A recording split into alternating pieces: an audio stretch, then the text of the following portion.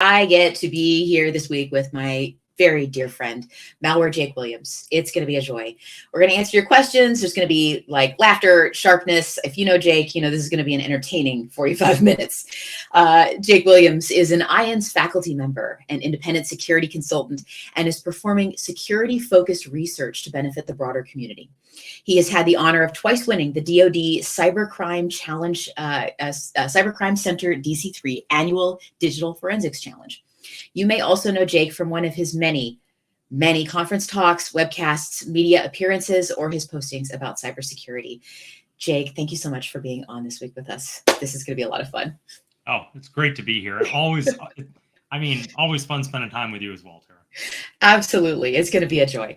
So yeah, we barely got a chance to get done catching up just as we were getting ready for the show. And we're talking about surprises happening and everything like that. And some concerts we have thought about in our existence.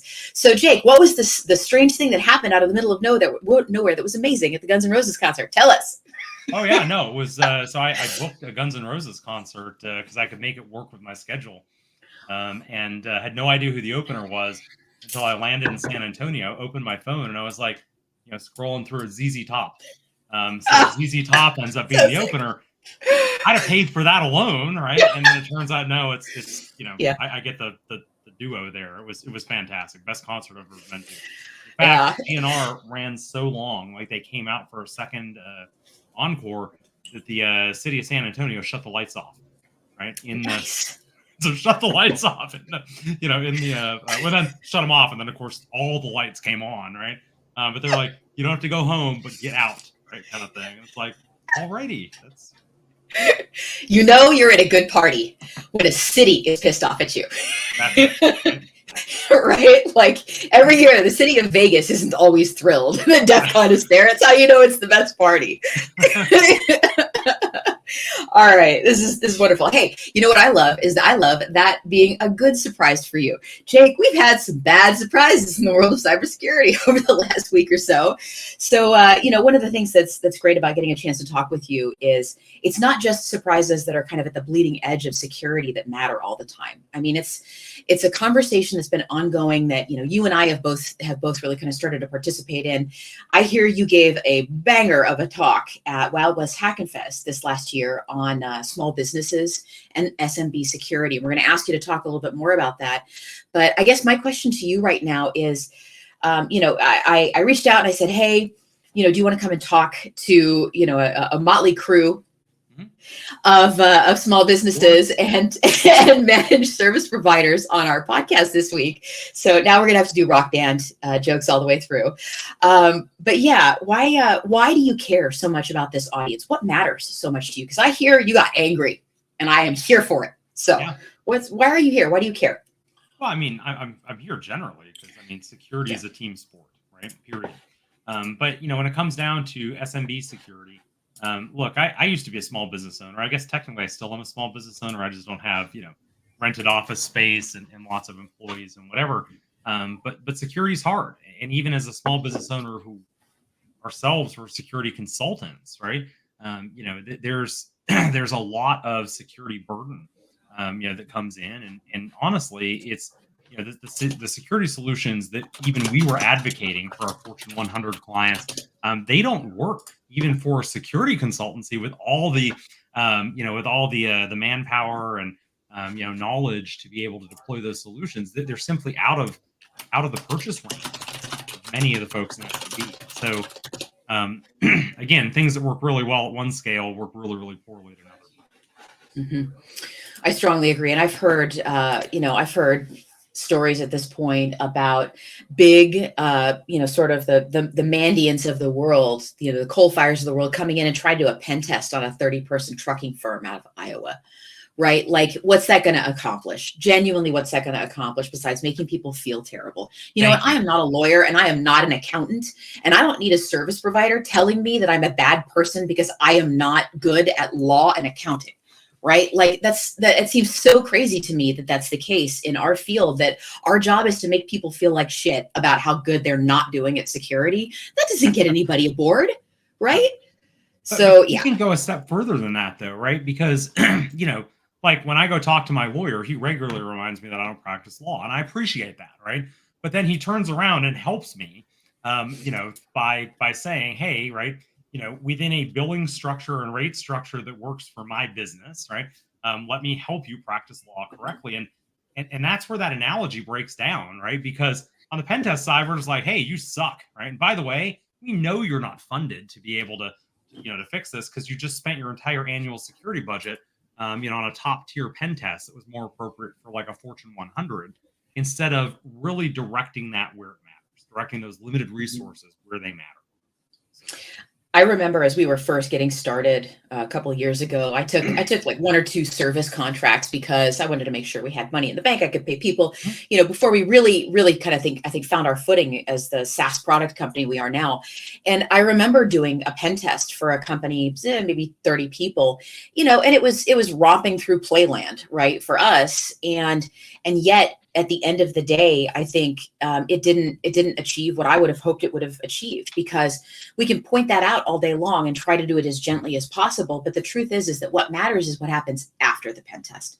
What matters is that sustained ability to build a habit of security and fixing just one or two things at a time. I mean, that's why I do what I do. And it's the only reasonable thing I've found. You're a small business owner, Jake. You want to talk about payroll and invoicing for a second? Because I'm here to tell you that that's my actual problem as a bleeding edge cybersecurity expert. My problem is freaking payroll and state taxes, right? Like, and that's the kind of stuff that small business owners are thinking about on an everyday basis, right? We're still under 49 people. Yeah, no, that's it, 100%, right? And so, I'll mention here when somebody comes to me, it's a 30-person, 50 law firms are very common, right? Smaller, not big law, right? But 50 some odd person firm, and they say, "Hey, we need a pen test." I very gently, approach kind of that as you probably don't need a pen test. What you really need is help with security, right? Now, if you need me to write a pen test report after we're done pen testing, I'll certainly do that so you can check the contractual box, right? But let's work on, and I know this term has gotten in vogue in some areas here, but it's purple teaming, right? Because there it's focusing on detections, right? We're focusing on instead of saying, "Let me show you how I broke your stuff," right? Nope. It's hey, that just worked and it probably shouldn't have. Let's pause now. Let's write a detection, right? So that you will get an alarm for this, right? And move from there. And so is a far better way to spend your limited resources, because there's a direct, you kind of said what happens afterwards, right? Look, when it's a small business, I presume nothing happens after the pen test, right? And so nothing happens after the pen test. And so if we can then deliver value, right? Like tangible, not scare, but tangible value, right? The next time someone does this, you are going to get an email alert, right? Or whatever it is email in small business most of the time, or you're going to email alert saying, "Hey, call a professional because something bad just happened." Right? Yeah. Well, and you just put your finger on it right there, like the scare tactics right there. I actually really want to throw this up here. Nick, this is such a great question right here. Why do you think, that MSPs approach it this way? Why is this happening this way? I think, and of course, obviously, lots of opinions, but I really think what's happening here is that they're taking that same approach that works for very large organizations and trying to bring it back down into smaller orgs. A lot of your MSPs do work with big, and I say big, right? Some not necessarily Fortune 100, but certainly small, medium enterprise, right? We're in the 2,500, 5,000, employee range. And so trying to use the same, approach that works okay in those areas with 100-person company is going to be just as dumb as, again, bring a Formula One pit crew in to work on my Hyundai. That's such a great analogy, right? And often, it feels like working with MSPs and small businesses is like the Olympics of analogy building, right? Because you have to explain it not as what it is, but what it is like. And it's really powerful. What are some of the analogies you've used with small businesses and MSPs? I love that one. Formula One, I'm stealing that one. Yeah. What are some of the analogies that you've used before with small businesses and MSPs to explain sort of the level we need to be working at to be most effective? Yeah, I mean, look, I just tell them, there's obviously lots of different analogies. I try to make it unique to or tailor the analogy to the actual business, right? So, are we talking to a doctor? Are we talking, like a small clinical practice? Are we talking to a small law firm, a small manufacturing firm? So I try and scaffold from, from what do they know? But gosh, I'm trying to think of specific examples. While I'm trying to think of those, I will mention I did an entire webcast on this. It's called "Stop Talking Nerdy to Me," and if you Google that, it's on Secure World's site, and it walks through analogy building, but it really was tailored more for the Fortune 100 C-suite than it was for SMBs. It's still good. I regularly though refer to when somebody focuses on a feature, this niche feature of some expensive, expensive tool, which, by the way, for an SMB can be the entire security budget for that year. I often refer to that as buying the Porsche for the cup holder. And so I don't know if that one helps, but yeah, again, it's really situational. And I'm going to credit SANS here and my work at SANS for helping me get really good on my feet with coming up with analogies for students, and it just translates really well for working with businesses also. Well, and now I have to give a disclaimer to everybody on the broadcast right now, because Jake is actually my former teacher. I have a GX pen. I took 660 from you some time back. So I've got that one kind of proudly hanging next to my GED, just in case you wanted to. Right. So, and I've watched you deal with people. I've watched you give these talks before, and there's a kind of person who does better and worse at explaining this kind of stuff, and people who can meet people where they are the most efficient ones. Like, look, I build a product, you offer pen tests, but at the same time, we're still service providers in that we're reaching to people where they are, and we have to build those analogies and communicate to where people are. And I want to equip MSPs with analogies. Like, I feel like we do, like, suggested interventions and stuff like that when a small business is reporting information up to their MSP. And it's almost like I'm sitting here right now imagining some good analogies. Like we sometimes give tips and tricks and stuff like that. And analogies have always been the most powerful way to get people to understand what's going on. Baseball works, believe it or not, with still mostly everybody. But what really works is cooking. Cooking analogies super work. I've explained blockchain before, like making omelets, like a series of omelets where you scramble some of the previous omelet into the next omelet. So, and that has worked really, really well before, to explain to them how you can go forward, but you can't go back. Right. So, and that's the kind of stuff that really resonates with people. And who would have thunk it was eggs, right? Yeah. So it works. And I don't know. So I love Nick's question, but I feel like we use scare tactics because we don't have the power to communicate, to convince. We scare instead of persuade, because it's hard. Like, this is a hard set of skills, I think. And yet we got to figure out a way to do it, because I'm a very expensive person, and small businesses cannot afford to hire me on an ongoing basis, right? Yep. Like that's the real challenge. There are not enough of any of us to go around. There's not enough hands in cybersecurity to go around. I think we're going to see negative unemployment in this field for the next 10 years, which is terrifying, because it means that people are getting hired who have no business getting hired into this field. So I we talk also to have them every day. I believe you. Don't forget, folks, if you want to ask your questions, you're more than welcome to at any time. Just throw them up there on YouTube or on LinkedIn. And we want to hear from you too, but I'm just going to sit here and yammer away with Jake the entire time. So I want to I want to talk at least a little bit about, I have heard people talk about your SMB security talk at Wild West Hack and Fest. And if we could throw a link up there in the comments for people to that talk, that'd be really helpful. I don't know if they've got it up. Sometimes they do, and sometimes they don't record talks. So I'm sure they have it up, but I don't know that I've got a link to it yet. I'm going to go find one right now, though. Well, Jason will throw one up for us in the background right now. So if it's there to get got, he'll get it. I'm sure it is. Yeah. Absolutely. So, I'm thinking about this and having this conversation with you as we go forward and talk about small business security. I would absolutely love, we'll post that up so people can see it. But I guess my question to you is, if you want to talk us through, give us some of the highlights from that conversation, especially what you're telling your audience at that time. This is why this matters. Your audience was security professionals. Your audience was not small businesses. It wasn't even possibly the MSPs that are basically the people doing all of this work. It's the security professionals going and working with those MSPs. What did you tell them, and did it work? Throw some slides up if you want to. Definitely. Just have the conversation. I definitely told them a lot of stuff. I don't know if it worked or not. I know I got a lot of hate out of it. But you know what? That tells me I'm doing something right. When people come back and throw shade, right, then you're doing something right. And so, yeah. Let's see. Do I have? I know the feeling. Okay.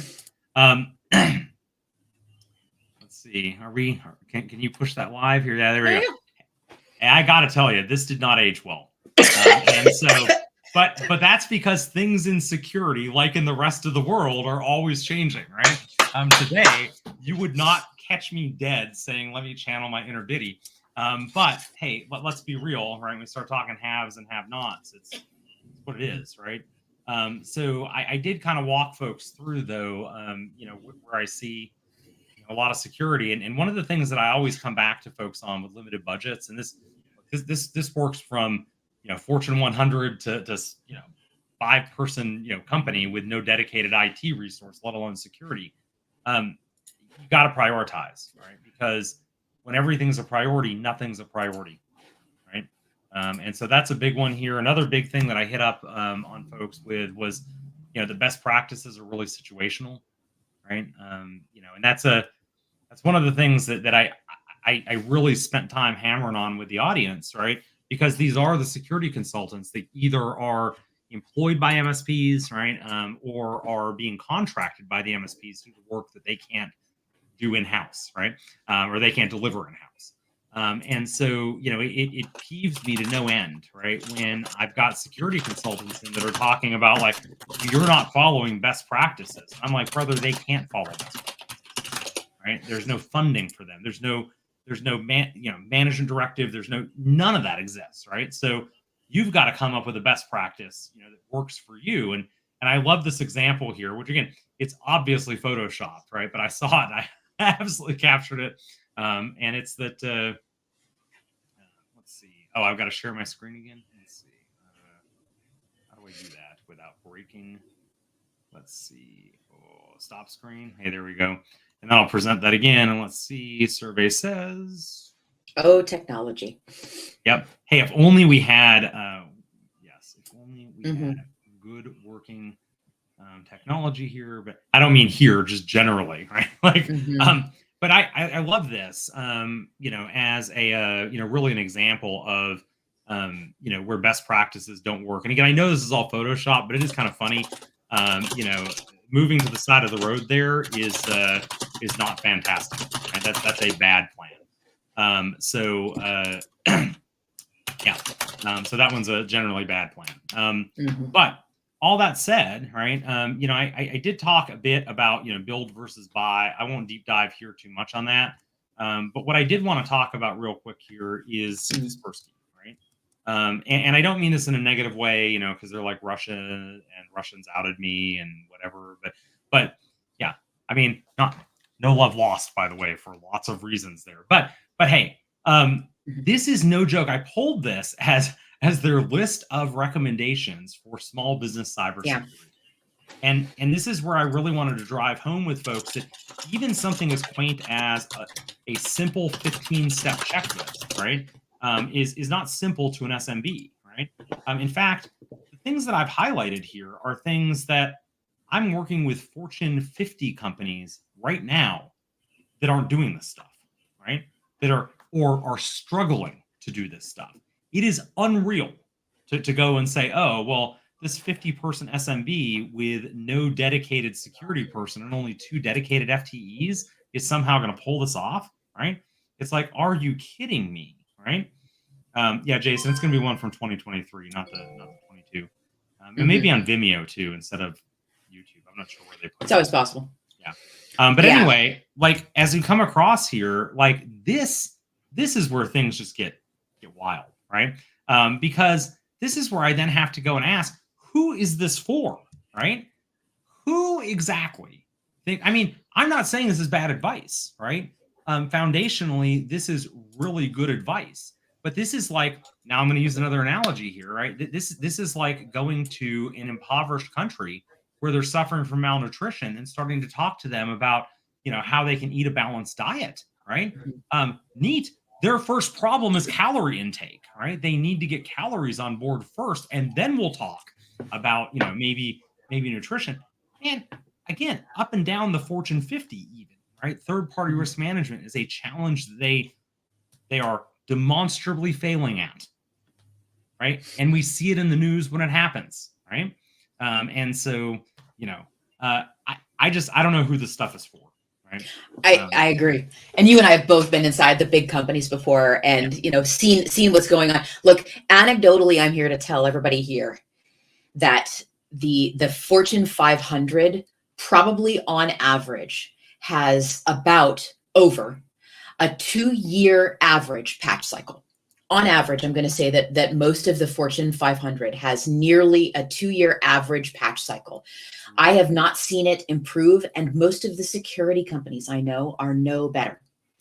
Yeah. Most of the security companies I know are no better than any of the Fortune 500. There's one caveat there: financial companies tend to do pretty good, and the reason why is they can be sued or fined or lose money if they're bad at security. And some of the most successful conversations I've ever had have been with people who understand financial risk management, because it is essentially the exact same thing as cybersecurity risk management. There is a probability of an event and its impact if it does occur. Do the math, and you have a probability factor that gives you an expected utility of a spend in a cybersecurity budget. Most successful conversations I have had with people in businesses in getting their buy-in on risk management and preventive measures in cybersecurity, I have with the CFO. Honestly, they get it. They genuinely get it. Now, explain to me how I have a preventive risk management conversation with the CFO of a 20-person accounting firm out of Dubuque. Right? Not going to happen, right? It's not going to happen, right? And it's ridiculous to think that it's going to happen. And the problem I have at this point is that the anger and the shame should be directed at people who have these expectations. And instead, what seems to be getting exported quite efficiently is that shame and anger towards those small businesses. I get on calls every day. 3 times a day, someone says, "I'm so bad. I feel so bad that I haven't done this. We're so terrible at cybersecurity. You must think I'm such an idiot." How many times have you heard that one, Jake? You must think I'm such an idiot. Dude, consistently. I was, and it's not just SMBs, right? I want to, quickly talk about an organization that I work with last year, where granted, we can always go root cause, whatever, right? But, they spent, again, we're talking way outside the realm of what an SMB can tackle here, but somewhere in the $5 million space, right? On a network modernization project. From a security standpoint, it doesn't work on paper, right? And so, necessarily then they're back to say, okay, like, hey, we can't achieve the security goals with this. And I'm like, yeah, I can see that, right? Like, I'm not trying to be a wet blanket or anything. Yeah, I can see that. They're like, you must think we're stupid for going down this path. I'm like, no, right? I would stop throwing good money after bad, or adjust what we think the outcome is going to be. But you can't get where you thought you were going from here, but there may be another destination that is acceptable that we can move, or, we can look at where we can repurpose some of this stuff and then, start a brand new architecture project. You must think we're stupid. Same thing on purple teams, right? When, they're like, we'll definitely catch that, that activity. I'm like, okay, cool. And then they don't, right? And big eyes open. They're like, oh, I must think we're dumb for thinking. I'm like, not a bit, right? Like, it's why we do this stuff, right? It's not just SMBs, man. It's all up and down. You know this, I'm sure, Kara. I do know it, and I've seen that happen so many times where people have that reaction, and I feel like I spend the first 7% of any interaction on average just convincing people to tell me the truth because they're ashamed of how much they haven't gotten done. And honestly, a lot of what we have to do is in our work and how we deliver what we deliver is just tell people, we don't want you to tell us the answer that you think we want to hear. We've given you, top 5 answers. This isn't like a standardized test. There's not like a right answer, 2 answers that are going to try to trick you into using them, and a weird one, right? This is the most common answers across the board that people give us, and we just want to know what category you fall into. Just tell the truth. Nobody expects that of you. And you know what? I don't think anybody's an idiot who has built a 50-person logistics firm that supplies the U.S. military. I don't think anybody's an idiot who runs an accounting firm or a law firm. And yet, for some reason, I'll be on the phone, a doctor, I'll be on the phone or on a call with somebody who is a highly respected professional, and I am the only person they talk to all day long that they say, God, you must think I'm such an idiot, too. Right. Yeah. Right? Yep. Like, how is this happening? So first off, I view part of our job as therapy, right? No, it Ain't is. that the truth? Ain't that the truth? but I mean, especially if you do incident response work, which I have done way more of than I ever care to admit or do again, or I'll keep doing it because I mean, one, it pays well, but also, I mean, it's really impactful work. But every time you go in an incident, right, people are victimized. I mean, that's the reality, right? You've been victimized in some way, shape, or form. So there's that psychological aspect of it. Then there's you're going to think I deserve it, right, as the victim, and so part of my job is to come being like, let's have a group hug, right? With consent, of course. Right? But let's have the group hug, and say, look, man, I'm not here to judge you. I'm here to help you make the best of what you and I are both going to agree is a horrible situation that never should have happened to you, right? And we're not victim blaming, we're not victim shaming, right? It's exactly. And ironically, Jake, I'm very qualified to deliver that message to people, and for some reason they believe me really quickly. I've got some handy analogies for it. I tend to not use the really bad ones, but people have to hear that. They've got to hear, I don't think you're a bad person because a criminal got to you. Right. I don't think you're a bad person because you got mugged in an alley. What are we going to do? Start mugging shaming next? That's what's happening. No, it absolutely is. You've got to drop the stigma of it. I mean, I've told the story publicly before about getting roofied in Vegas. That's right. So, I mean, like, I don't, it's not something I'm proud of, certainly, right? But I don't pretend, that it's, again, like, it's really easy post-mortem to kind of go back and say, well, if only I hadn't gone to that bar, right? Then, okay, cool. If I hadn't gone out, right? If I locked myself in a concrete box, then this definitely wouldn't happen. But separately, like, you got to step back and say, like, destigmatize that one, right? And then, well, not just that, but destigmatize generally just the whole victim thing too. Absolutely. I love that you did that. I just did a podcast with Adam Levin. It was wonderful. It's his What the Hack podcast. And I told how I got a chain of emails deep with a scammer as the CEO of a cybersecurity company on the day when I had a new person coming aboard. They weren't being hired as a technical hire. And it was the day, this day when you're coming aboard a new company and you're expecting to get official emails back and forth from somebody's personal email address. And I got phished. I got spoofed. I'm 3 emails deep. Like, wait, why can't you enter your information into Gusto? What's going on? What's the bank account routing number? I don't understand. Wait a minute. Why are you talking to me over email right now? We're already in Slack. Right. And I'm emails deep, with what is clearly an AI spear phishing campaign, and as soon as you reply, that's not an automated email. That's somebody that's got you on the hook. I was on the hook for emails deep. And, I'm busy telling about this. Am I enthusiastic about this happening? No. But I've got to tell people there's nothing wrong with nearly falling victim to something like that. Like your story and my story end pretty happily, and the stories that don't end happily, there's still no more blame attached to you. It is not your fault. It is genuinely not your fault. We are professionals, and we can't stop this from happening to us at, I will grant you, a much lower rate than everybody else. But it's still happening because there is no perfect shield. There's nothing perfect about any of this stuff we're doing. We're just giving you Swiss cheese after Swiss cheese after Swiss cheese after Swiss cheese and hoping nothing gets through. Sometimes, guess what? It does. Even to us, everybody. It happens to everybody. And go off. Seriously. No, but I will say, kind of on this, I know we're really supposed to be targeting the SMB side, but I will note here that behavior, right? This is the security awareness, right? By the way, I hate security awareness. It's like, look for bad grammar and email, like stuff that puts me to sleep. It's like, no. Like, walk through how you're going to help me change my behavior. I know that experience. It's not like I hadn't been told previously, right? Make sure you always watch your drink at the bar. Right? Like, it's not like I hadn't been told that previously. I just didn't live it. I mean, heck, we've been out since then. I know you've seen how religious I am about nobody's getting near that glass, right?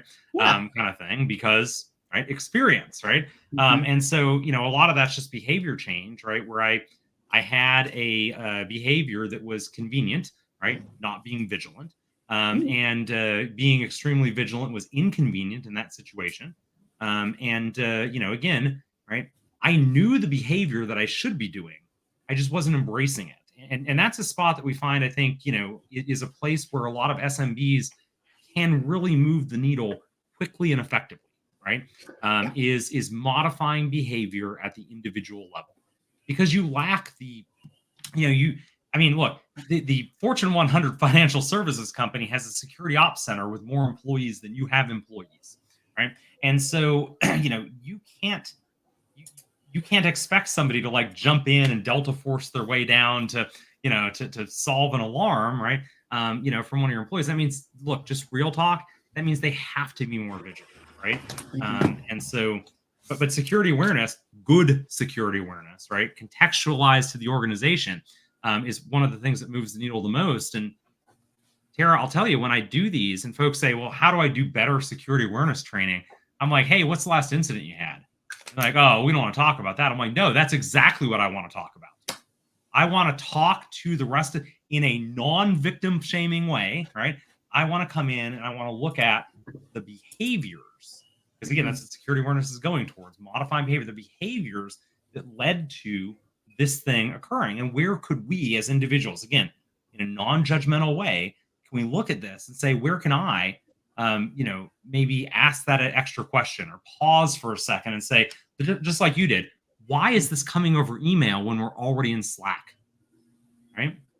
Yeah, that right there. And we were talking just before the broadcast started. We're gonna change our end slide. Maybe not this one. Maybe next time as we end the broadcast today. And I'm going to include in there a couple of tips for MSP and small business security. And those 3 tips, I was sitting there and I was like, the obvious 2 right off the bat are, make sure you've got strong different passwords for every account. Basically, is your home and work email password different? Strong question we ask everybody. Second one is multi-factor authentication enforced across your organization. It's the most powerful thing you can do system-wide. And the third one, I was like, gosh, like once you get past those 2, you kind of want to have the ringing 3, top tips, right? And I was like, oh, what should that third one be? And I was like, is it security at, make sure that that's enabled? You know what? Actually, I'm going to change it, because I have seen this behavior happen again and again. And it is close to the same thing that happens when a teenager's scared to tell their parents something might have happened. And as a result, they make it worse. What you need to do is, if you think something's gone wrong, tell someone right away. Literally, if you see something, say something. And that right there, without fear of being ashamed, without fear of having people blame you. And it's your job as a business owner to create a culture where this is possible. But if something has gone wrong, you as an employee of a small business or an MSP, you need to tell somebody fast. I just had a family member get hacked, and that family member didn't know that when you close the laptop lid, that you weren't locking the hacker out of your computer. And there was a kind of a real fundamental misunderstanding. That's going to be really common across, 60% of American workers probably think much the same thing, honestly, that there's somebody in a black hoodie who's typing away. And if you just close the laptop lid and walk away, maybe they'll get bored and not come back. It's like, this is a thing that is real and true. And so they didn't say anything because they were hoping it would go away. And I'm here to tell you right now, gentle reader, that it did not go away. And it was way worse as a result of not telling somebody right away, doing the right lockouts. Maybe, I don't know, calling their relative who, does this shit for a living. It's fine. I've already had that conversation with them. And at the same time, we've got to create this culture where we're open to hearing that somebody's made a mistake and that there's no blame for someone who admits it. Okay. Or that they've been victimized, not a mistake, but just been victimized. Yeah, you got conned. We're professionals at this, and it happens to us. It's going to happen to you. So yeah, I got strong feelings about it. I think. Oh yeah, it's a shame. Yeah. Can we pivot off of that into something that I think is near and dear to everybody right now, and it's deep fakes, right? Oh yeah. To your point there, right? There are people that are getting one awareness is critical, because there are people getting scammed by deep fakes. No doubt about that. And we don't have, even in the Fortune 100, right? We don't have good, we don't have good security controls for deepfakes, right? To do it, we'd have to be listening in on every phone call and watching every Zoom session or every Teams video or whatever. And one, you don't want that, right? From a privacy perspective. Two, your regulators don't want that either. But this is going to be something that awareness is going to have to drive that. And people keep asking me like, well, Jake, how do I spot a deep fake? Right. Well, if you thought I was deep fake, at least for the foreseeable future, right, you could say, well, Jake, go interact with something in the room. You could say, hey, go and, I don't know, grab the Captain America shield behind you or something. Right. Where I'd be like, you know, if I just absolutely refuse, then you should be like, no, right. Don't do that. Don't do business with that individual. Right. That sounds like a deep fake kind of thing. But even then, that's not going to work for long. And I tell folks, you got to move into a process, right? Where, you know, you say just outright for the process, and you say, look, I'm not using voice and I'm not using video, right? Recognizing your likeness, recognizing your voice. I'm not using that as a, you know, basically as an authentication mechanism. My own personal assistant actually, you know, we've got a thing set up. I said, hey, you know, I will only ever contact you through these two methods, both of which are cryptographically secure. Right? You know, and I said, you know, I'll only contact you. I had a short fuse thing last September. I picked up the phone, called him, right? He listened to me, and then he says, man, he's like, I appreciate it, but he's like, you're going to have to relay this through, I'm not going into those methods, but we'll leave it there. You're going to have to relay it through one of those methods because that's the process. And I had to remind myself, because I was initially like, dude, I pay you to, and then I, you know, mentally completed, keep me safe, follow the process, ... And particularly in small businesses, we don't have robust processes like this, right? Or we don't have robust, how am I going to cryptographically secure out a band, whatever. You've got to start thinking about that, because the deep fake reality is that if you're using likeness of voice, video, even spoofing a phone number or whatever, right, together as a you know, as an authentication mechanism to know that that's the CEO, you're going to fall victim. It's not a question of are you going to. You are going to fall victim to a scam. And so on Tara's point there, I think, you know, as well, though, we've got to create a culture where when the employee, right, when it's not a scam and the employee says, as my personal assistant did, right, very inconveniently, no, you're going to have to relay it through the process, then, you know, we as management, right, have to then step back and say, they followed the process. That's what it's here for. It's here to keep us safe. I love that idea. And I want to offer a thought really quickly, because this is so closely related to like a teenager who is scared to admit that maybe they like were on a site they shouldn't be, and now the computer's infected and now it's more expensive. And then a whole bunch of other stuff happens alongside that. You don't want to keep digging the hole deeper. I don't know how many of you folks remember this, but Jake, you might have had this when you were younger. There's a low-tech solution in small businesses that I am starting to recommend to people. Do you remember the family password? I don't know if this is, hopefully you can still see me. Okay, good. You remember the family password? Whatever that family, if your parents had to send somebody you didn't know to come pick you up at school, they would say, don't ever get in a car with somebody unless they know this word. This is our family password. And you know, when you're 4, 5, 6 years old, and they'll ask you about it, right? You know what you can do with your small business? Get you in your 1Password and your LastPass, whatever your shared password vault is, because I am going to begin assuming, folks, that you are working with a good, competent MSP who's setting you up with password management. Have a shared vault and rotate every, you know, 3 to 6 months, rotate that kind of family password in your business. You know, you got cotton candy in that. That was never, by the way, any of my passwords when I was a kid, because I still remember the one when I was 4. Me too. And my mom could send me somebody to pick me up at the airport right now, and I would be like, what's the password? And I would know it, right? So what I'm saying is you can have that in there and have that be safe. And if you're like, hey, yeah, just super, super fine, it's actually the same thing your bank might do with you every once in a while. Hey, you've got a verbal passcode set in your account. What's your verbal passcode? You know, I don't know what it might be. You know, tin roof sundae, right? Or something like that. I love candy. We should probably not use those, because there are it's going to be common words like this. So, you know, you have something like that. You go, hey, just making sure, one last check real quick. What's the password? And if they're like, hang on, I have to go. And they're like, well, I wasn't supposed to. This is a trick question. You're like, And if they're like, oh, hang on, shoot, I might forget it. Let me go check in 1Password really quick. Tin roof sundae. Guess what you're talking to? That's a real person you're talking to right there.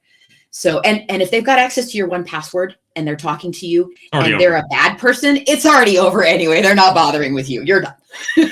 So like if you have that problem, that's not your problem. We have a whole class of problems where we say, if that's your problem, that's not your problem anymore. Absolutely. So, Because you're in an incident at that point anyway, right? mhm. So, yeah. Yeah, you're already there. So the good news and the bad news is you've just discovered it, possibly faster. That's fine. But that's about it. Yeah, I like that as a low tech solution for people. Mhm. If you don't know what else to do, get your family password back again. If you're scared about deep fakes, honestly, there's a lot of larger businesses that could probably do some good with getting that implemented too. Yeah. Yeah. And by the way, here, because I can already feel the inbound rounds coming towards us, right? Mm. When we're talking about Hmm. family password, this is like, SMS for multi-factor authentication, where we have these Yeah. security zealots, right? Who are like, well, let me tell you about how that's not a perfect solution. We're not going for perfect, right? We're talking about SMBs, right? Period, Hmm. right? And so the family password, well, let's be clear here, is not a perfect solution, but it is also markedly better than nothing, phenomenally better than nothing. And so before you send any rounds downrange to me or Tara, just know, right? Come back to the original piece of who is your audience, right? Because Hmm. our audience today is lower tech, right? And lower budgets. And, yeah. So, It really is. I'm glad to have been able to really kind of get this clear for folks. Like this is valuable information. It's helpful. It's kind to people, and I think it's less intimidating. I've had people like smile and tell jokes, and you're always looking for a way to get people to relax a little bit, and be okay. And sometimes proposing a solution like this, they're like, "Really? That's what's going to work?" And I was like, "Hey, the classics are there for a reason, right? Where do you think a password came from? It's because it's the thing that somebody could remember, over time, as a sentry is like letting somebody in. Password literally means it came from the military, like so much of our concepts did, but it was just the word that you use to get past a sentry at an outpost, right? And it's okay to use a classic like that. It's, nobody ever thought it was going to stop everything, but it sure works in 99% of the cases. yeah. So like get something going for yourselves. We got I, some really great questions here. Yeah, go ahead. Oh, let me make one more recommendation on that, right? If you're Sure. looking for a really good way to, to Tara's point, like about the, about passwords and military, there's a challenge response, right? That's given, and often those are specifically designed, right, to not be easily pronounceable in the native language where they happen to be Uh, invading, right? And it, so if you make your family password something that is organizationally relevant, but not really relevant to anyone else, right? One, it makes it super easy for the people in your org to remember it, but it makes it hard for people outside of the org to operationalize it against you. In fact, they may mhm. not even know that they're hearing a password because it sounds like inside baseball. Jake is describing a classic technique. And when I say classic technique, I mean, what, about 4,000 years old? How many of you have heard the word shibboleth before? The reason it used to work is because people couldn't, the reason it used to work, and this is some ancient history, go look it up, but the people that some people were trying to keep out couldn't pronounce the word appropriately. They said sibboleth instead of shibboleth, or the equivalent thereof. And there's this great XKCD comic, and Jason will throw it up for us here in a second. And it is the classic, right? And it's this dream that you've got that one day you can call into tech support and just get bypassed to somebody that actually knows what they're doing. Yeah. And a lot of us know this word. It's shibboleth, right? And it's worked a couple of times in like tech calls before. It works. Don't use that one as your password because people will try to use it, like actually genuinely try to use it. So, but these are classic concepts for a reason, because they matter. I love Jake's idea, to your point of having something that is understood, an inside joke for your team, because you know what computers don't have? A sense of humor. They're not going to get it. So, all right. We got such great questions and interactions. I love, Nick, we got some great questions here. Sonic's AEP says, do you believe that AI is a security concern? I think we've really addressed that. Yes, absolutely. Yeah, Does. I mean, do you have any thoughts on this one? Yeah. Well, look, AI is a security concern, but I continue to tell folks it's not creating new attacks, right? Be very, very clear here when we start talking about deepfakes. Deepfakes are, and I know people want to argue that they're new attacks. They're not. They're an extension. They're a social engineering tool. The attack is social engineering. The deepfake is a tool, right? And likewise here, right? We are definitely seeing threat actors generate far better and far more convincing phishing emails than generative AI. They're losing the grammar errors. They're they're able to create multiple variations of these. They don't get picked up as well in the secure email gateway. But that's not a new problem. That means we have to get better at phishing detection, right? And that's going to be the case for the foreseeable future. Is that AI is not inventing new attacks, right? AI is exacerbating existing security problems. Like, for instance, if you are a small business, I cannot recommend highly enough that you do not enable Security Copilot. Cannot, or not just Security Copilot, back up, Copilot, period. I cannot recommend highly enough that you do not enable that, because a challenge that every organization has, but especially small businesses, is entitlements management, right? And all those documents, right, that, with the secret data that were super hard to find before, right, for like an insider, you just ask Copilot, right? And Copilot tells you, oh, yeah, sure, here's the password, right? Now, you already had access to it, but could you find it, right? Now, again, like, everybody can find it, right? If you've got access to it, you can find it. So, again, that's not a problem with Copilot. It's not a problem with AI per se. It's AI, right, enabling attacks that were previously possible, just harder, right? And so if we do the good fundamentals, good entitlements management, which I know is hard to do, it's not a concern. I agree, and not only do I agree, I want to note something. What Jake is talking about right now is security through obscurity was never obscure. And all Copilot is doing is pointing out all the places that you thought security was working through obscurity. Now it's not. That's the real problem I think we're having. And I completely agree. AI is not a security issue. AI is the 3 chevrons in Mario Go-Kart, right? In Mario Kart, where you like jump on, it just gets you there faster. It doesn't change anything happening. You know what? It'll automate your bad decisions faster. Yeah. That's a great point. Yeah. I love this conversation. I could do that. I could sit here and hang with you for another 3 hours, but then my voice would wear out and I would miss my plane. So, Jake, any last thoughts? Where can we find you on the internet if people want to follow you, ask questions, talk to you, hire you? Tell us your links. Yeah, so I'm Malware Jake on Twitter. Jake at malwarejake.com for email. So if you want to, I actually need to go put a website up beyond like these are not the droids you're looking for, malwarejake.com. But so people can hire me more effectively. But I do a lot of security consulting work. Happy to come help you do security architecture or purple teaming or build out a security practice. If you're an MSP, right? Build it out the right way, right? All that. But yeah, it's been a pleasure. And thank you for having me on, Tara. Really appreciate it. I'm having a great time. All right, here is your last question. It's the same last question that everybody gets. All right.